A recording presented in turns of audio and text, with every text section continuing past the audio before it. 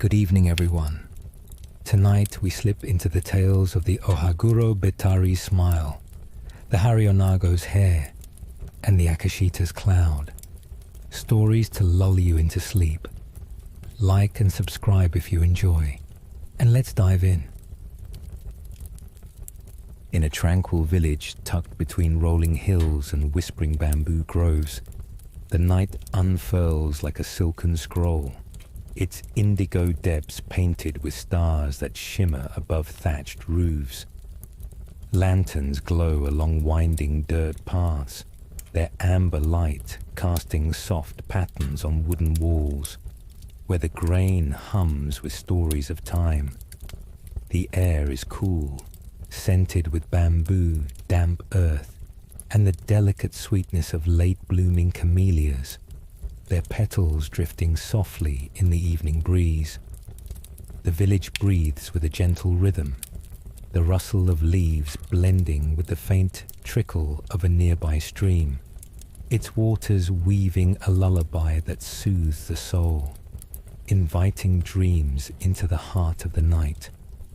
This is the realm of the Ohaguro Bettari, a spirit whose smile glimmers briefly in the dark before vanishing. A fleeting presence that brings peace to troubled hearts, its grin a quiet guardian of homes.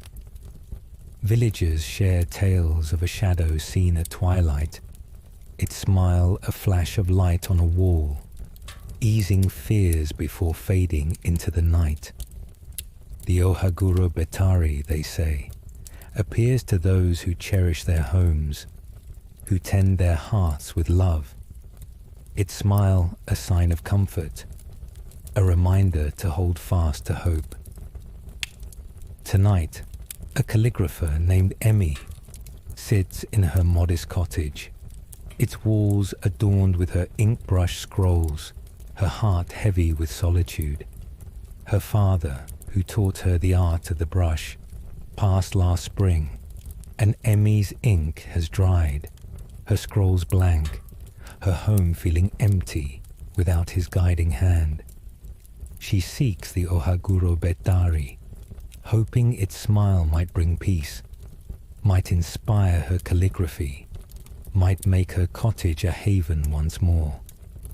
Emmy lights a lantern, its glow illuminating the faded walls, and sits by an open window, clutching a small inkstick, an offering for the house. The bamboo sways outside, its leaves pointing to a corner where the wall is most worn, its grain glowing faintly in the moonlight. A faint hum rises, soft and melodic, like a brush gliding on rice paper, its cadence weaving through the silence, resonating with Emmy's breath. The air grows heavier, scented with camellias and earth, as if the village itself breathes a welcome. The stars shine brighter, their light a constellation of care, and the lantern flickers, as if signaling a presence. Emmy's heart steadies, her loneliness softening as she feels the Ohaguro Bettari's presence. A fleeting smile in the dark, a promise of comfort woven into the night's gentle embrace. She kneels by the window, her inkstick resting in her hands, and whispers a prayer, her voice a delicate stroke, seeking the Ohaguro Bettari's guidance to guard her home, to inspire her art, to fill her cottage with warmth again. The hum deepens, a resonant melody that pulses through the cottage, vibrating in the air like the stroke of a calligrapher's brush. Emmy places her inkstick by the window, its dark surface catching the lantern's light, and gazes at the wall, where shadows shift, formless but alive, like ink spreading across a scroll. Ohaguro Bettari, she murmurs, her voice soft but fervent, a calligrapher's plea brushed with care. She offers thanks for the home that has sheltered her, for the walls that held her father's laughter, and prays for the Ohaguro Bettari's smile to bring peace, to mend her heart, to spark her brush. She speaks of her father's lessons, her grief that silences her art, her fear that her cottage is fading without him, her words a scroll of love and loss offered to the night's quiet heart. The shadows pause, and the hum softens, becoming a sigh that brushes her mind, as if the wall sees her soul. A vision blooms, Emmy's cottage warm, its walls adorned with vibrant scrolls. The village gathered to admire her calligraphy, her heart light with creativity. The image is so vivid she can smell the ink, hear the villagers' praise, feel the weight of a brush in her hand. But the vision shifts, darkening, replaced by faded walls, blank scrolls, her cottage cold and silent, her loneliness a weight that presses the air. Emmy's heart lurches, a stroke faltering on her scroll. "Please guide me," she pleads. But the wall falls silent, the hum gone, the lantern dimming.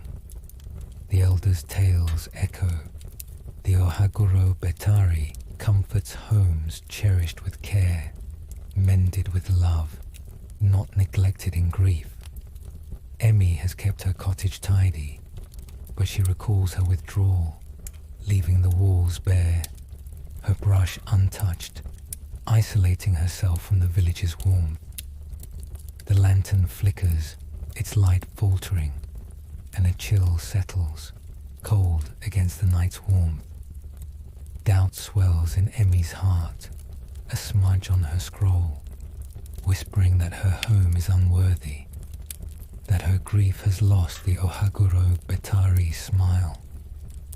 She places another inkstick by the window, her hands trembling, but the shadows remain still, the wall unchanged.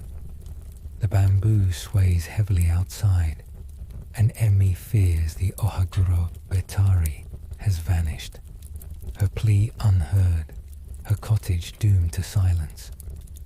She thinks of her father, his memory slipping, and her heart aches, the weight of her loneliness heavier than the faded walls, the promise of the Ohaguro Bettari smile slipping from her grasp. The night presses in, the village's hum faint, and Emmy sits, her inkstick a reminder of her idle brush, her hope fading like a shadow in the dark. The wall stirs, its grain humming with a gentle vibration, and the lantern flares, its light warm and steady, bathing the cottage in a golden glow. Emmy lifts her eyes, the wall alive with dancing shadows, their movements fluid as ink on paper, the cracks glowing as if ready to mend. The Ohaguro Bettari's presence is a soft silhouette, resonating through the cottage, urging her to reflect, to paint the strokes of her heart. She closes her eyes, and memories flood her. Her father teaching her to shape kanji, brushing scrolls with scenes of bamboo and rivers, the village gathering in their cottage, their laughter a palette of joy. The Ohaguro Bettari, she realizes, seeks not just offerings but care, a heart that mends the home with love, that opens its doors to share its beauty. Emmy speaks, her voice no longer a plea but a vow, firm despite the tears that trace her cheeks. She promises to brush her scrolls, to care for the cottage, to share her calligraphy with the village, to make her home a canvas of warmth as her father did. She speaks of his lessons, how he wrote with joy, how he welcomed neighbors, and Emmy's resolve to do the same. She confesses her withdrawal, her moments of hiding her grief, and vows to let them go, to make her brush a tool of love. Her words are a scroll, each stroke a promise of care, binding her to the cottage's heart. She speaks of the village's need, of the joy in a vibrant home, of the hope that her art will inspire again, and her heart grows lighter, the smudge of doubt dissolving like ink in water. The vision returns, brighter now. Emmy's cottage warm, its walls alive with scrolls of bamboo and stars. The village gathered, her father's memory aglow in the air. But now Emmy's there, brushing kanji with confidence, her smile welcoming, her home a haven for all. The wall hums and a warm breeze carries camellias and earth, soothing and sweet, filling the air with life. The Ohaguro Bettari's blessing is clear. Care paints the strongest home, a smile earned by love. Emmy weeps, her tears warm with gratitude, feeling her father's presence in the air, his lessons a spark in her heart. The cottage glows, the inkstick shimmering, the walls ready to adorn, and Emmy knows the Ohaguro Bettari smile has guided her, a promise of comfort to carry her home forward. The hum fades, leaving a silence rich with peace. Like the village at dawn, its homes radiant with warmth. Emmy rises, her inkstick gleaming by the window, her brush now humming with purpose, a promise of art. The air is warm, scented with camellias, earth and bamboo, a fragrance that soothes her soul. The cottage feels alive, its walls steady, its cracks holding the echo of her vow. Emmy feels her father, not as a loss but as a presence, his memory alive in the home, in the village she will welcome. The Ohaguro Bettari has not erased her grief, but it has given her a way to carry it, a vow to write, to share, to make her cottage a light in the dark. She thanks the Ohaguro Bettari, her voice steady, resonant with gratitude and purpose. She promises to adorn the walls, to open her doors, to share her scrolls, to make her home a canvas for all. As she steps outside, the bamboo sways, its leaves whispering approval, and the stars shine, bright as the hope in her heart. The cottage stands firm, its presence a quiet guardian, its walls holding the memory of her vow, woven into the fabric of countless others who cherish their homes with love. Emmy smiles, her father's teachings threaded into her steps, her hands ready to write, to fill the cottage with kanji. The village sleeps, its houses dreaming under a gentle sky, their walls whispering stories of care and comfort. The Ohaguro Bettari fades into the shadows, its work done, ready for the next home, the next heart in need. The night is gentle, the village a canvas for the stars, its paths singing a lullaby of peace. Emmy rests, her home alive with the promise of art, of a village welcomed under her roof, ready for the dawn's light to rise over a cottage brushed with love.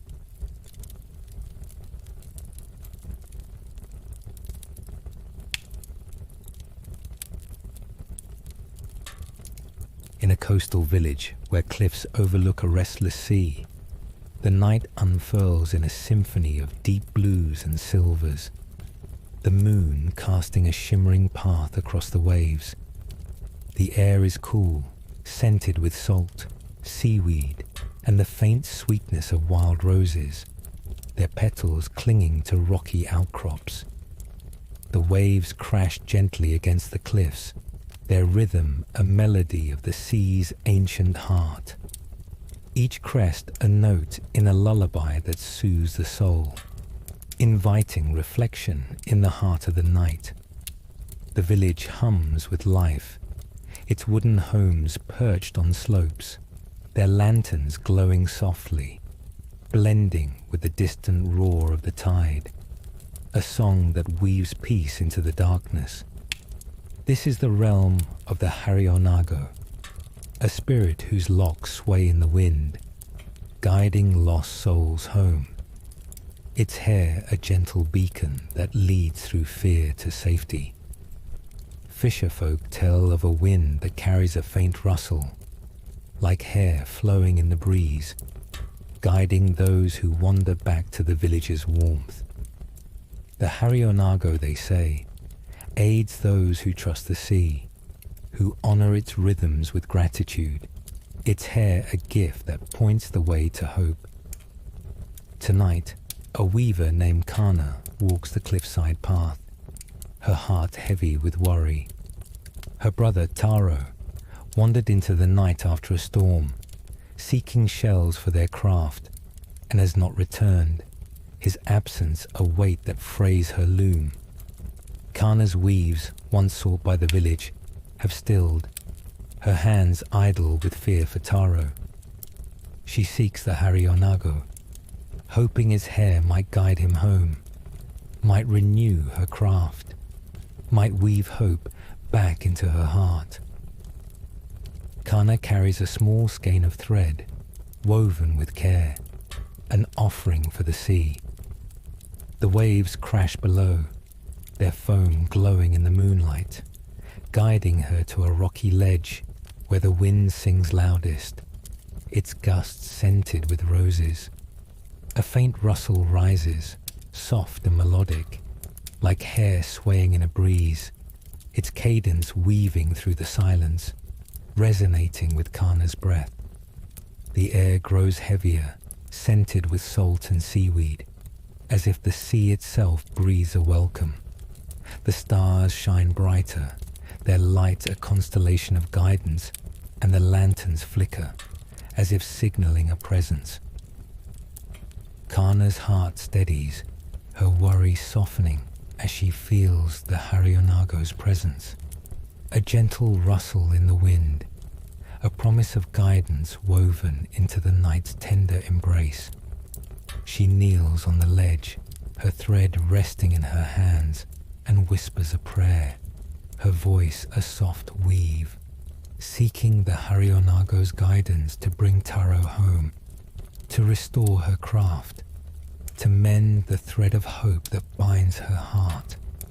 The rustle grows, a delicate pulse that weaves through the wind, vibrating in the air like threads floating on the tide. Kana places her skein on the ledge, its fibers catching the moonlight, and gazes into the sea, where shadows shift, formless but alive, like strands weaving through the waves. Harionago, she murmurs, her voice soft but fervent, a weaver's plea spun with care.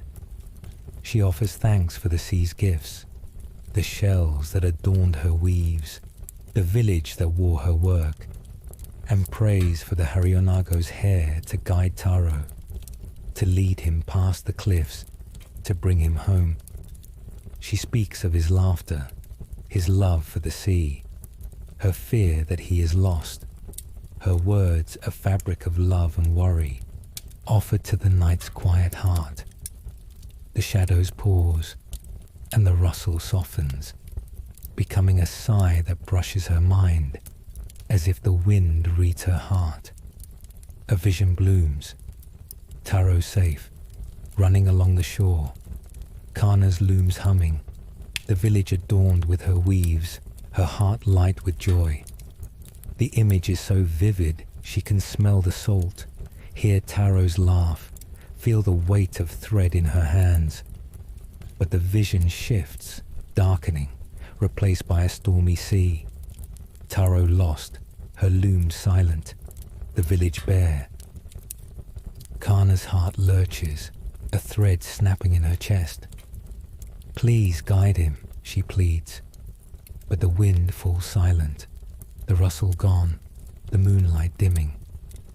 The elders' tales echo, The Harionago guides those who trust the sea, who share its gifts with gratitude, not fear. Kana has woven with care, but she recalls her recent despair, keeping her thread for herself, doubting the sea's bounty, letting fear stop her loom. The waves grow colder, and the roses droop, their petals fading in the gloom. Doubt swells in Kana's heart, a knot in her weave, whispering that Taro is lost, that her failure has lost the Harionago's aid.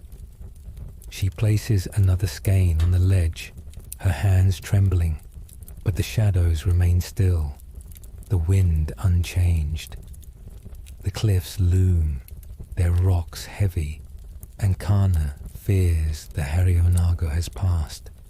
Her plea unheard, Taro lost to the sea.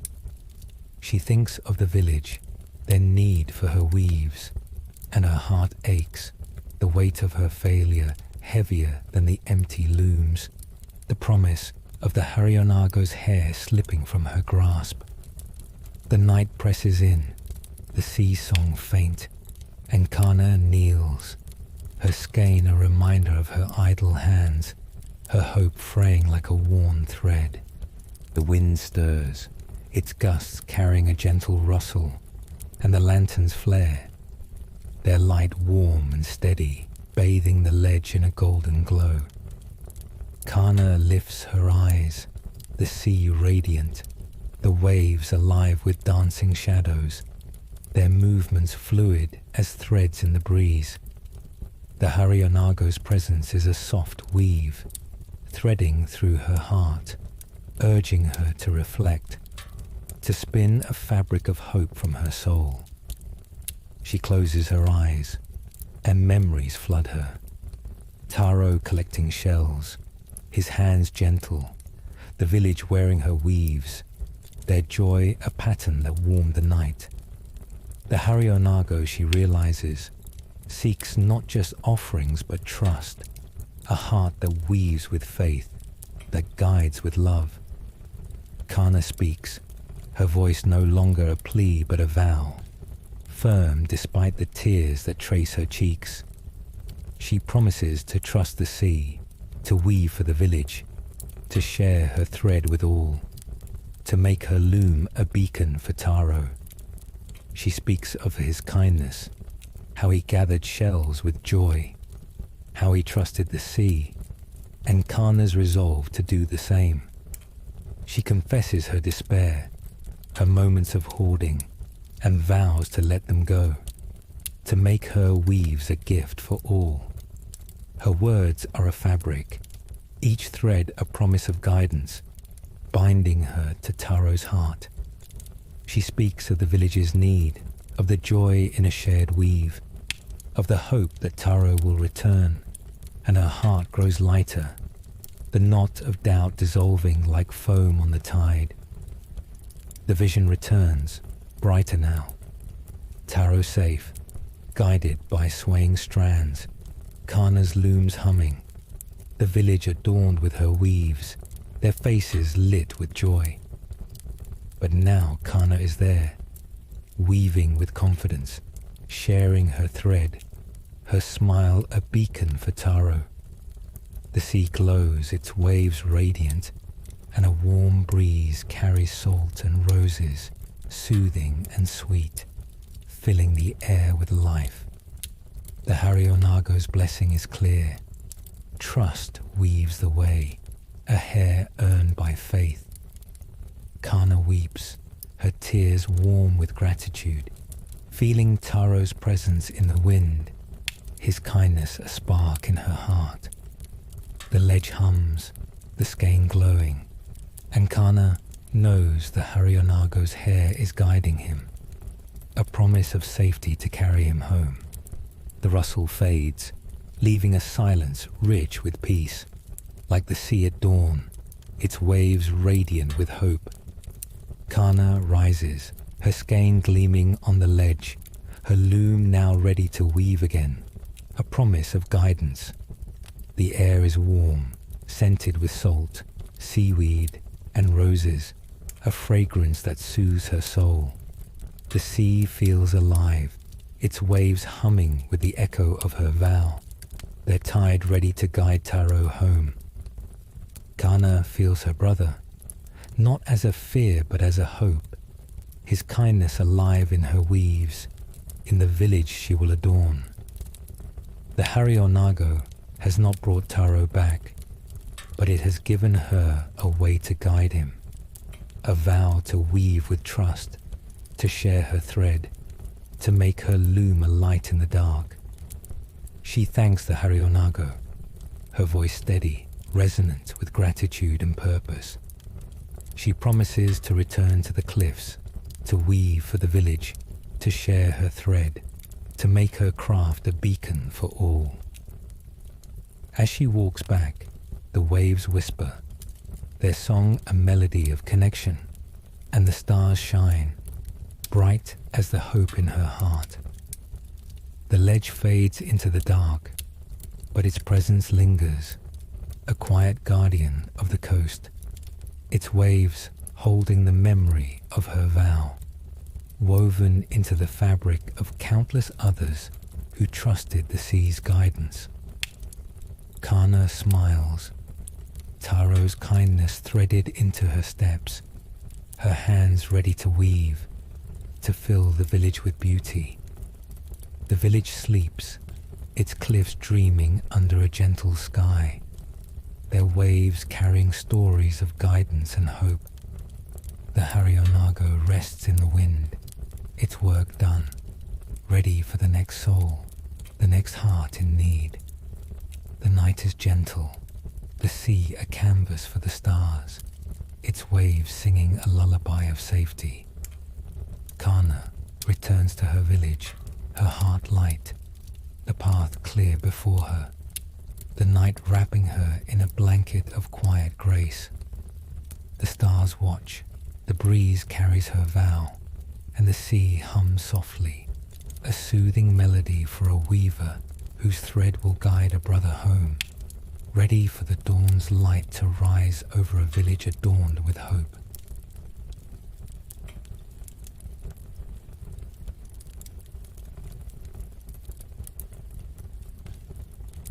In a fertile valley where rice fields stretch like green seas under a boundless sky, the night unfurls in a tapestry of emerald and indigo, the moon casting a silver glow over swaying stalks.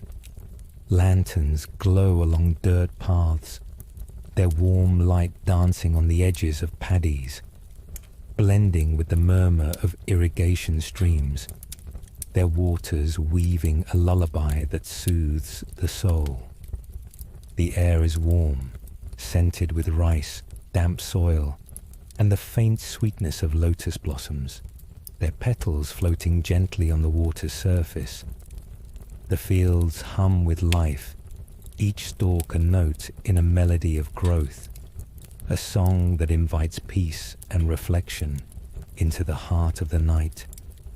This is the realm of the Akashita, a spirit whose tongue-like cloud brings gentle rain to fields, its presence a quiet gift that nurtures the land, ensuring harvest for those who honor it. Farmers share tales of a cloud seen at dusk, its edges soft and glowing, bringing rain that saves crops from drought, its touch a balm for parched fields. The Akashita, they say, blesses those who care for the land, who share its bounty with gratitude, its rain a gift that restores life to the valley. Tonight, a farmer named Riku kneels in his struggling field, his hands stained with soil, his heart heavy with worry. A drought has withered his rice, threatening the village's stores, and Riku's efforts have failed, his confidence crumbling like dry earth. He seeks the Akashita, hoping its cloud might bring rain, might save his fields, might weave hope back into his heart. Riku carries a small rice offering, its grains polished by his hands, an offering for the land. the stream's murmur, guiding him to a paddy where lotus blossoms float, their petals glowing in the moonlight. A faint hum rises, soft and melodic, like rain on leaves, its cadence weaving through the silence, resonating with Riku's breath.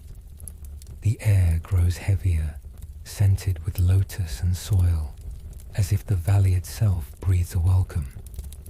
The stars shine brighter, their light a constellation of growth, and the lanterns flicker as if signaling a presence. Riku's heart steadies, his worry softening as he feels the Akashita's presence. A gentle cloud in the sky, a promise of rain woven into the night's tender embrace. He kneels by the paddy, his rice offering resting in his hands, and whispers a prayer, his voice a soft seed, seeking the Akashita's guidance to save his fields, to restore his craft, to mend the thread of hope that binds him to the land. The hum grows, a resonant pulse that weaves through the paddies, vibrating in the air like the patter of distant rain. Riku places his rice offering by the stream, its grains catching the moonlight, and gazes across the fields, where shadows shift, formless but alive, like clouds drifting over the rice. "Akashita," he murmurs, his voice soft but fervent, a farmer's plea sown with care. He offers thanks for the land's past harvests, for the rice that fed his village, and prays for the Akashita's cloud to bring rain, to save his fields, to renew his skill. He speaks of the drought, the withered stalks, his fear that his village will starve. His words a harvest of hope and worry, offered to the valley's quiet heart. The shadows pause, and the hum softens, becoming a sigh that brushes his mind, as if the sky reads his heart. A vision blooms, Riku's fields lush, rice swaying under a gentle rain, the village fed, his hands steady with purpose. The image is so vivid, he can smell the wet earth, hear the rain song, feel the weight of a full sack. But the vision shifts, darkening, replaced by cracked fields, withered rice, his hands empty, the village hungry. Riku's heart lurches, a seed failing to sprout. "Please bring rain," he pleads, but the paddy falls silent, the hum gone, the moonlight dimming. The elders' tales echo. The Akashita blesses those who honor the land, who share its bounty with gratitude, not fear. Riku has toiled in his fields, but he recalls his recent despair, hoarding his rice, doubting the valley's gifts, letting fear stop his work. The lotus blossoms droop, their petals fading in the gloom, and a chill settles cold against the night's warmth. Doubt swells in Riku's heart, a stone in his field, whispering that his crops are lost, that his failure has lost the Akashita's aid. He places another rice offering by the stream, his hands trembling, but the shadows remain still, the fields unchanged. The streams murmur faintly, and Riku fears the Akashita has passed, his plea unheard, his fields doomed to wither. He thinks of the village, their hunger growing, and his heart aches, the weight of his failure heavier than the dry soil, the promise of the Akashita's cloud slipping from his grasp. The night presses in, the valley's song faint, and Riku kneels, his rice a reminder of his empty hands, his hope wilting like the rice around him. The stream stirs, its ripples catching moonlight, and the hum returns, warm and melodic, a song that pulses through the paddy like a gentle rain. Riku lifts his eyes, the fields radiant, the lotus blossoms swaying as if alive, their shadows dancing like clouds. The Akashita's presence is a soft mist, weaving through his heart, urging him to reflect, to sow a seed of hope from his soul. He closes his eyes, and memories flood him. His mother teaching him to plant rice, thanking the valley for each grain, the village sharing harvests under the stars, their joy a field of abundance.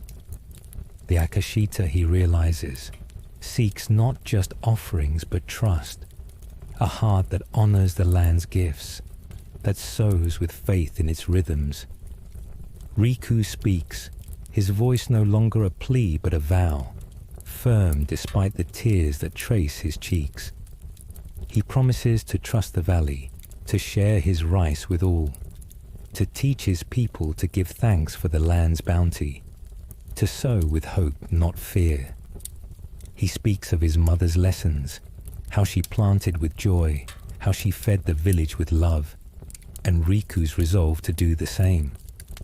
He confesses his despair, his moments of hoarding, and vows to let them go, to make his fields a gift for all. His words are a seed, each one a drop of rain, binding him to the valley's pulse. He speaks of the village's need, of the joy in a full harvest, of the hope that rain will fall, and his heart grows lighter, the stone of doubt dissolving like earth under water. The vision returns, brighter now. Riku's fields lush, rice swaying under a gentle rain, the village fed, his hands steady with purpose. But now Riku is there, sharing rice, thanking the valley, his smile a cloud that nurtures the land. The fields glow, their stalks radiant, and a warm breeze carries lotus and soil, soothing and sweet, filling the air with life. The Akashita's blessing is clear. Trust brings rain, a cloud earned by faith. Riku weeps, his tears warm with gratitude, feeling his mother's presence in the breeze, her lessons a spark in his heart. The paddy hums, the rice offering glowing, and Riku knows the Akashita's cloud is with him, a promise of rain to save his fields, a gentle mist that nurtures both land and soul. The hum fades, leaving a silence rich with peace, like the valley at dawn, its fields radiant with the promise of growth. Riku rises, his rice offering gleaming by the stream, his hands now ready to sow again, a promise of rain. The air is warm, scented with lotus, soil, and rice, a fragrance that soothes his soul. The valley feels alive, its streams and fields humming with the echo of his vow, their rhythm a lullaby of hope. Riku feels his village, not as a burden, but as a purpose, their harvest a field he will tend with care, guided by the land's quiet generosity. He thanks the Akashita, his voice steady, resonant with gratitude and resolve. He promises to return to the fields, to share his rice, to teach his people to thank the valley, to sow with trust and love. As he walks back, the lotus blossoms sway, their petals whispering approval, and the stars shine, bright as the hope in his heart. The paddy fades into the night, but its presence lingers, a quiet guardian of the valley, its streams holding the memory of his vow, woven into the fabric of countless others who found bounty in its rain. Riku smiles, his mother's teachings threaded into his steps, his hands ready to plant, to fill the valley with abundance. The village sleeps, its fields dreaming under a gentle sky, their stalks carrying stories of growth and care. The Akashita rests in the clouds, its work done, ready for the next field, the next heart in need. The night is gentle, the valley a canvas for the stars, its streams singing a lullaby of renewal. Riku returns to his village, his heart light, the path clear before him, the night wrapping him in a blanket of quiet grace. The stars watch, the breeze carries his vow, and the valley hums softly, a soothing melody for a farmer whose fields will bloom anew, ready for the dawn's light to rise over a harvest nurtured by trust.